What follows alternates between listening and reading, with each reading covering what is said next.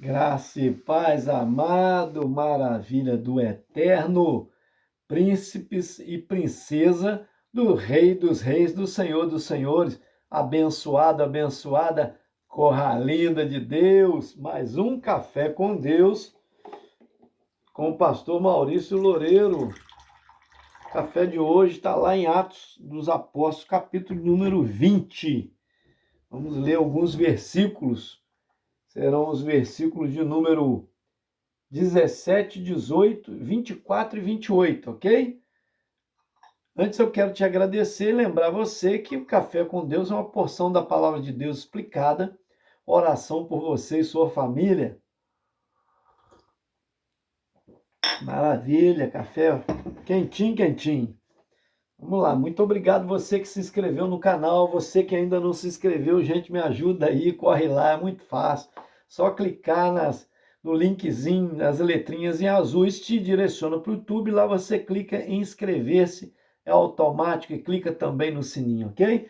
Obrigado você que dá um joinha aí, um gostei, você que comenta, faz pedido de oração, eu estou orando por você, ok? E compartilha bastante, gente, me ajuda aí, gente. Vamos lá. Lá em Atos dos Apóstolos, que é escrito, né, por Lucas, doutor Lucas, são os atos do Espírito Santo na vida dos apóstolos, na vida da igreja. Lá no versículo de número 17 está escrito assim: E de Mileto mandou a Éfeso a chamar os anciãos da igreja. E logo que chegaram, versículo 18, logo que chegaram junto dele, disse-lhes: Vós bem sabeis desde o primeiro dia em que entrei na Ásia, como em todo esse tempo me portei no meio de vós. Ainda o versículo 24 e 28, que diz assim: Mas em nada tenho a minha vida por preciosa, contanto que cumpra com alegria a minha carreira e o meu ministério que recebi do Senhor Jesus para dar testemunho do evangelho da graça de Deus. Versículo 28. Olhai, pois, por vós e por todo o rebanho sobre que o Espírito Santo vos constituiu bispos para apacentardes a igreja de Deus, que ele resgatou com seu próprio sangue. Aleluia! Maravilha, gente! Quantas coisas nós aprendemos aqui. Primeiro, nós vemos uma convocação de Paulo no versículo 17, né? Que nós lemos. Paulo faz uma convocação dos anciãos, porque ele vai dar as recomendações aqui, fazer um discurso do versículo 18 até o versículo 35. É um discurso de Paulo, e bem comovente, né? Porque é um discurso de despedida, ele não os veria mais. Então nós aprendemos aqui nesse discurso, alguns pontos nesse discurso. O ensino público que Paulo ensinou a eles nas congregações, né? Tanto no templo quanto nas sinagogas, nas congregações, e de casa em casa. Olha só como que deve ser a evangelização, o ensino, tanto no lugar público, lá no templo, lá na congregação, né, nos cultos que acontecem, quanto deve ser ensinado de casa em casa. Isso está lá no versículo de número 20, tá? Versículo 20. Está escrito assim, ó: com nada que útil seja, deixei de anunciar e ensinar publicamente e pelas casas. Quer dizer, não deixei, não parei, fiz esse serviço constantemente. Ele diz mais, aprendemos também sobre a fé em Deus e em Jesus. Foi isso que ele anunciou, isso que ele ensinava, que o judaísmo já conhecia as escrituras, mas não com essa visão de uma adoração a Deus, né? E ao seu Filho Jesus como Senhor e Salvador das nossas almas. Ele fala isso no versículo 21, testificando tanto a judeus como a gregos a conversão a Deus e a fé em nosso Senhor Jesus Cristo. Aprendemos também que ele fez uma previsão, né? A sua ida a Jerusalém, que ele seria lá, não sabia o que esperava, mas ele sabia que não ia voltar, estar mais com eles, tá? Não veria mais, e ele sabia que em cada lugar que ele chegava, o Espírito Santo revelava a ele alguma coisa, mas era revelado a ele que o que aguardava ele era cadeia, ou seja, açoites e prisão, né?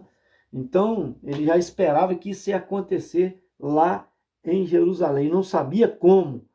Então, ele fala isso no versículo 22, 23 e o 25, ele diz aqui, ó, e agora, eis que, ligado eu pelo Espírito, vou para Jerusalém, não sabendo o que lá há de me acontecer.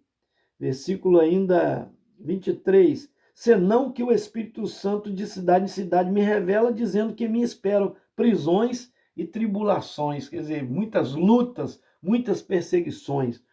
Aí no versículo de número 25, para encerrar esse ponto aqui, e agora, na verdade, sei que todos vós, por quem passei pregando o reino de Deus, não me vereis mais o meu rosto. Isso ele sabia que o Espírito Santo havia revelado a ele. Como Deus é tremendo. Deus revela aos íntimos aquilo que há de acontecer, tá? Então, olha só, Deus não esconde nada dele. Nesse discurso, ele fala sobre isso. Ele fala sobre o que ele aprendeu com o Senhor. Ele fala que ele aquilo que ele foi chamado, seu chamado, né? Sua vocação, seu chamado, ele não titubeou, ele realizou, né? Ele pregou tanto publicamente quanto nas praças, em lugares públicos, né? Assim como nas sinagogas, mas também de casa em casa, né? Ensinando a palavra.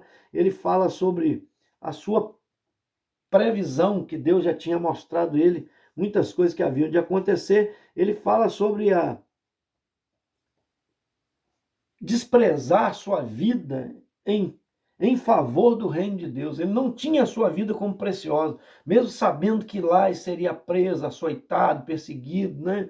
Resistência e tudo mais, mas ele estava disposto até morrer por amor a Cristo. Ele fala isso no versículo de número 24 para nós aqui.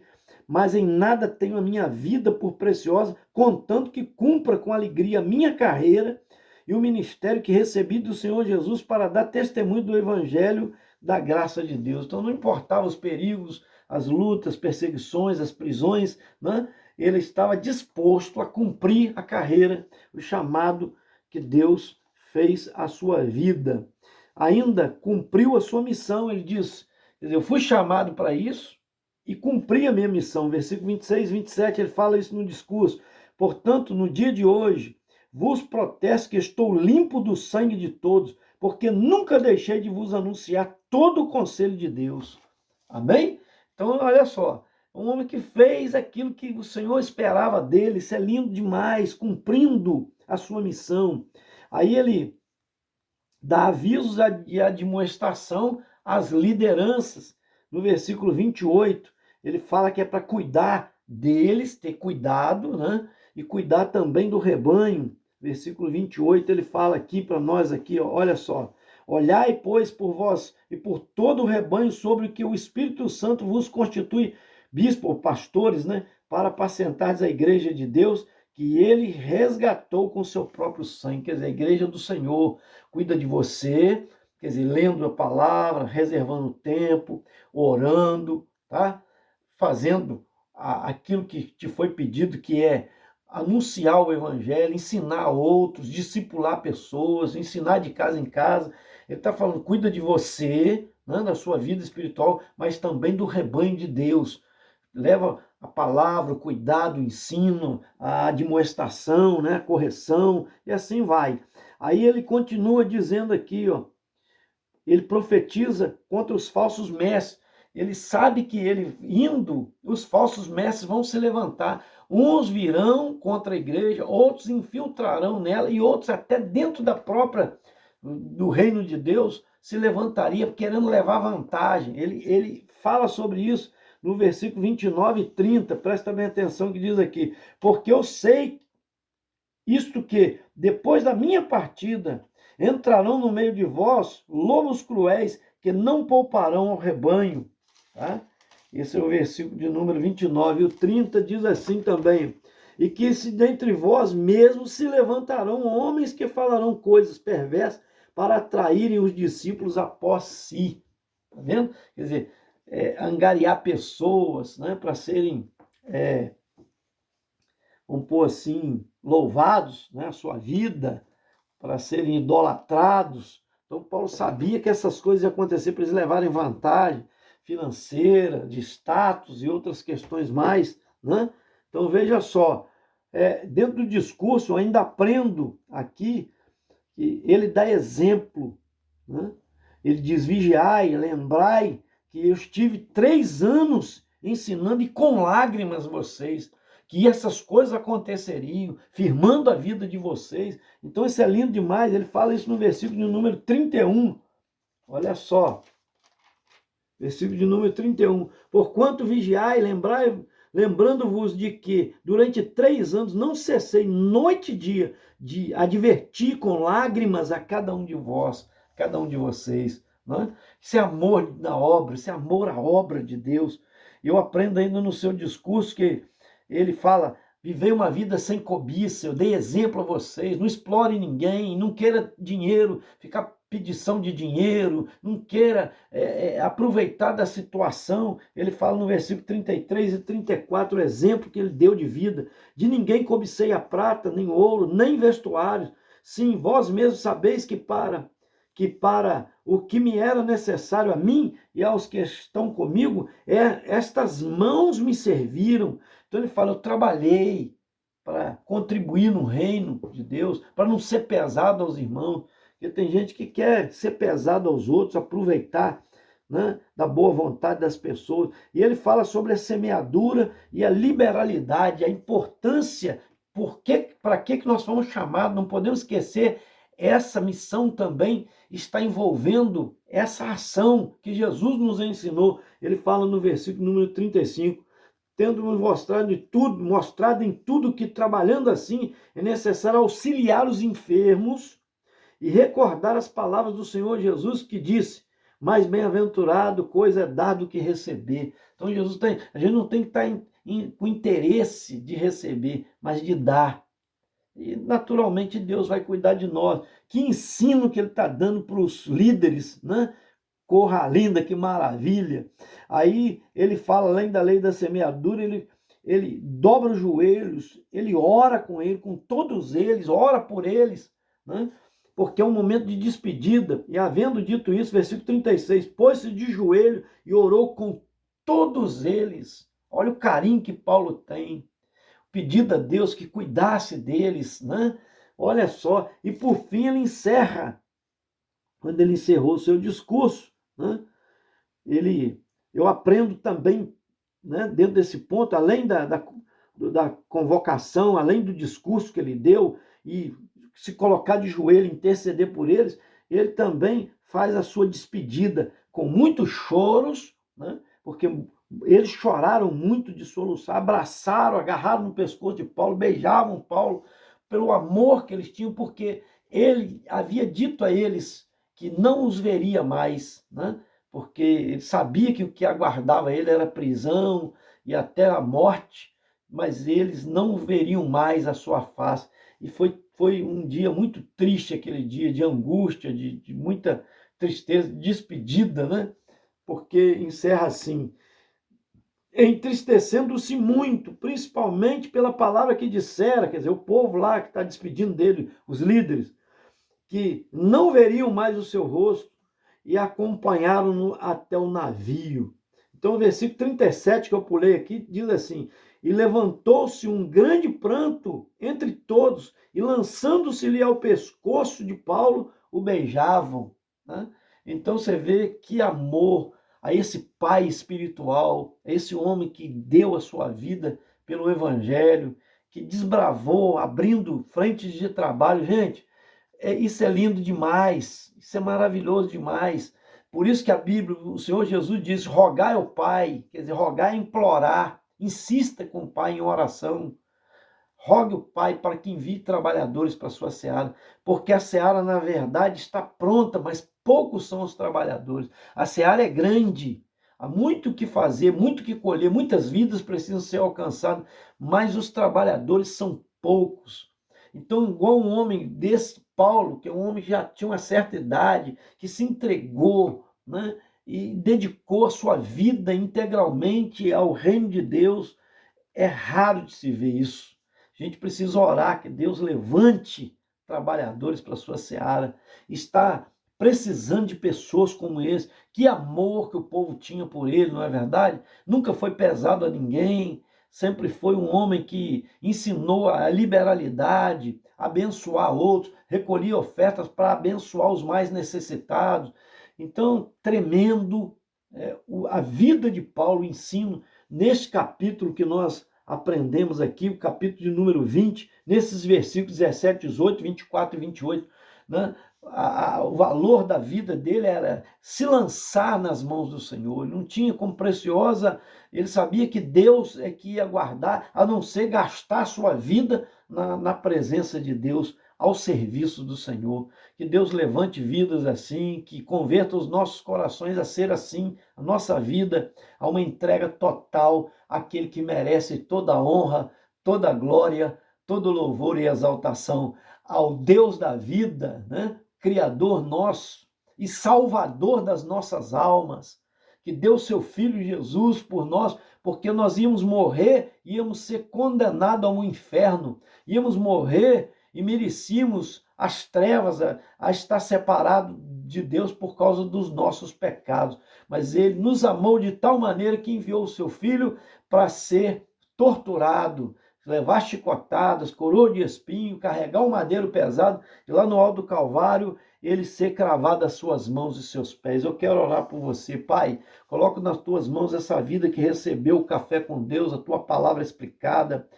Deus, eu peço a tua bênção, Senhor, sobre todos os caminhoneiros, abençoa, Deus amado, a cada um deles que façam as suas negociações, os seus fretes, abençoe, Senhor, porque eles transportam riquezas para todos os lados, abençoa o agronegócio deste país, abençoa o desenvolvimento deste Brasil, abençoa a família dos caminhoneiros, que muitos deles ficam tanto tempo sem ver as suas famílias, guarda-os na estrada e guarda também os seus familiares. Deus, eu coloco nas tuas mãos os presídios. Nós tivemos inaugurando aqui uma sala, foi tão lindo ali para receberem aula, Senhor, ó Deus, tanto do Estado secular quanto teologia, e ali estaremos também implantando ensino de instrumentos musicais. Já fazem ali um coral tão lindo naquele presídio, no nosso presídio aqui. Obrigado, Senhor, pelo sucesso, também pela sala de costura que foi feita também para aprenderem ali a costurar até os próprios lençóis que eles vão usar. Colocamos nas tuas mãos, meu Pai, também os policiais penais, Senhor. Ó Deus, toma na tua mão cada policial penal, guardando as suas vidas. Também eu coloco cada encarcerado nas tuas mãos. O Senhor mesmo disse: lembrai dos que estão encarcerados, como estivesse encarcerado como eles. Então eu oro por eles, que haja uma conversão nos seus corações, uma mudança de vida, um encontro real contigo. Eu oro, Senhor, também, ó Deus amado, pela das dores, ó Deus, lá da nossa igreja híbrida de Angostura, que está com a sua filha internada lá, Jussiane, lá em Juiz de Fora. Dá saúde à tua filha. Também, ó Deus, coloco a vida da Sônia Queiroz nas tuas mãos, lá de Macaé. Deus, do grupo de oração que pede oração pela sua amiga Rose, também pelo irmão na fé Geraldo, Deus amado, que está passando aí uma situação difícil de Alzheimer, também a Áurea, também na mesma situação. Coloca a Cristina também, ó Deus amado, que precisa de um milagre. Deus amado, coloco nas tuas mãos, está desenganada pelos médicos, só pode fazer um milagre naquela vida em nome de Jesus. Jorge Luiz Rodrigues da Cruz, ó Deus amado, também, eu coloco nas tuas mãos, Senhor, ele e família, coloco nas tuas mãos também, ó Deus, o pedido de oração dele pela Kelly, esposa do William, lá da Light. Senhor, faz um milagre na vida dela. Deus, a Nelma Kumaru também, ó Deus, e família, coloco nas tuas mãos a vida dela, os filhos e netos. Coloco também a Andressa, meu Pai amado, a neta do NEM. Ó Deus, opera um milagre naquela vida. A neta do NEM Petrino, nosso amigo, coloco nas tuas mãos. Também coloco, ó Deus, a Rosileia Parreira e família nas tuas mãos, Senhor, ó Deus Todo-Poderoso. Coloco nas tuas mãos a Alcina Lúcia, que também agradece pela recuperação do seu esposo Laede. Obrigado, Senhor, pelo milagre que o Senhor fez na vida dele, mas ela pede oração aqui também, continua pedindo uma intercessão pela tia Leonides, ó Deus amado, que precisa passar por uma cirurgia ali do fêmur, em nome de Jesus. É o mesmo pedido da Yolanda Pinho também, que é sua sobrinha, ó Deus amado, que pede pela tia Leonides também. A Maria Helena de Souza Ferreira e família, eu oro por ela. O Gui Souza e família, lá do Carmo, sempre curtindo os nossos vídeos, em nome de Jesus, eu oro também por ele, Pai amado. O Antônio de Barros, também, ó Deus, e família, lá de Juiz de Fora, nosso amigo Toninho, Pai amado, Juiz de Fora, Minas Gerais, está residindo lá, abençoa teu filho. O Paulo César também, família, está sempre nos grupos curtindo aí os nossos vídeos. A Jaqueline Leite de Souza e família, o Imar Salgado e família, o Gil Alexandre e família, Samira Carvalho e família, lá do Carmo, Rio de Janeiro, sempre curtindo também nossos vídeos. Eronildo Lima, ó Deus e família, lá de Itubiara, Goiás. Também a Nereide, Pai amado, lá do Balneário Três Quedas, eu lembro da tua filha também, abençoa toda a sua equipe ali. Deus, a minha tia Jória também, que está recuperando, Senhor, de uma fratura do fêmur. Deus, a mãe do Zé Ricardo e da Fatinha, coloco nas tuas mãos o Marcos também Carvalho. Deus, a sua filha Priscila e seu filho Marlon, em nome de Jesus. Esse foi mais um Café com Deus, gente. Senta o dedo aí, vamos compartilhar, me ajuda?